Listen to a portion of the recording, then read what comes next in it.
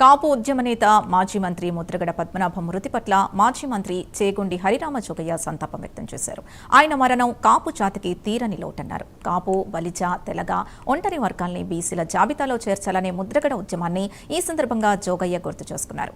అప్పటి ముఖ్యమంత్రి కోట్ల విజయభాస్కర్ రెడ్డి హయాంలో జీవో నెంబర్ 30 వెలువడిందని, ఆ తర్వాత తునిలో లక్షలాది మంది కాపులతో ముద్రగడ చేపట్టిన ఉద్యమం జాతీయ స్థాయిలో చర్చనీయాంశమైందన్నారు.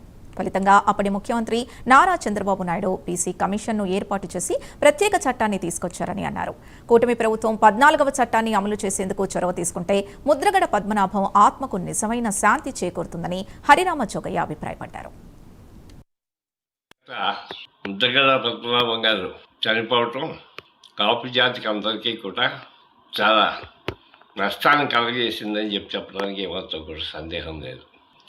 కాపుల్ని అంటే కాపు, బలిజ, తెలగ, ఒంటరి కులస్తుల్ని బీసీలుగా చేర్చాలని ఆయన చేసినటువంటి ప్రయత్నాలు అనేకం. విజయభాస్కర్ రెడ్డి గారు ముఖ్యమంత్రిగా ఉండగా, నేను మంత్రిమంత్రిలో ఉండగా అప్పట్లో కూడా పద్మనాభం గారు ఉద్యమం తలపెట్టి చేశారు.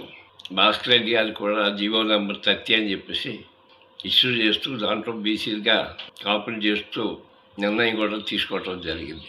అయిన తర్వాత అది కోర్టుకి వెళ్ళటం, కోర్టులో అది అమలు జరగకపోవటం జరిగిపోయింది. తర్వాత మళ్ళీ తునిలో ఆయన లక్షలాది మంది కాపు సోదరుల యొక్క మధ్య కాపులు బీసీలుగా చేస్తారని ఉద్యమం చేయటం, దాని మీద అప్పటి ముఖ్యమంత్రి చంద్రబాబు నాయుడు గారు బీసీ కమిషన్ వేయటం, ఆ కమిషన్ తీర్పు ఆధారంగా కాపుల్ని బీసీలుగా చేస్తూ ఒక చట్టాన్ని కూడా తీసుకురావడం జరిగింది. అప్పట్లో ఓసీలుగా ఉన్నటువంటి కాపులకు సంబంధించి 10% ఈడబ్ల్యూఎస్ కోటాలో కాపులకి బీసీలుగా చేస్తూ కేంద్రం రాజ్యాంగ సవరణ చేయటం,